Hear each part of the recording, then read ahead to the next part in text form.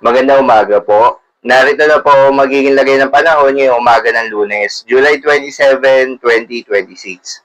Pero bago yon, baka pwedeng palagi share naman ng video na ito. Comment ka na rin kung taga saan lugar ka para malaman natin kung hanggang saan umabot ang video na ito. Huwag mo din kalimutan na mag-follow at mag-subscribe sa ating Facebook page at YouTube channel. Sa kasalukuyan na tayo sa pag-asa, Southwest monsoon pa rin ang hanging habagat ang patuloy na nakakaapekto sa buong bahagi ng Luzon at western section ng Visayas. Dahil dito ay asahan yung maulap na kalangitan na may kalat-kalat na mga pag-ulan at thunderstorms.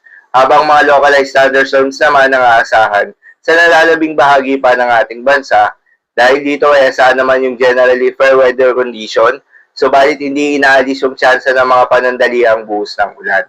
Samantala yung binabantayan na bagyo sa labas ng Philippine Area of Responsibility na dating si Bagyong Quiapo ay humina na dahil sa naging land interaction nito matapos maglandfall sa may southern mainland China.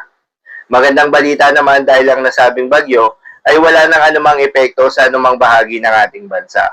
Maliban nga sa bagyong ito ay wala na rin tayong binabantayan na iba pang sama ng panahon, low pressure area o bagyo sa loob o malapit sa Philippine Area of Responsibility na maring makaapekto sa ating bansa.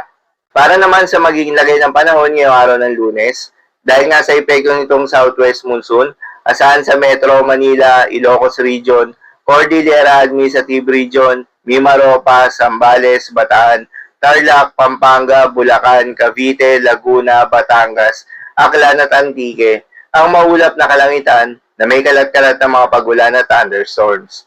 Posible ang mga pagbaha o pag-uho ng lupa due to moderate to at times heavy rains. At sa nalalabing bahagi pa nga ng ating bansa, ay asahan naman yung bahagyo maulap hanggang sa maulap na kalangitan na may kalat-kalat na mga pag-ulan o thunderstorms na dulot naman ng mga localized thunderstorms. Posible rin na mga pagbaha o pag-uho ng lupa during severe thunderstorms. Madalas nabubuo mga thunderstorms na ito tuwing hapon o gabi na nagtatagal ng 1 hanggang 2 oras. Kaya naman ingat sa mga posibleng banta ng pagbaha at pag-uho ng lupa, lalong-lalo na sa mga lugar na inuulan na noong mga nakaraang araw pa.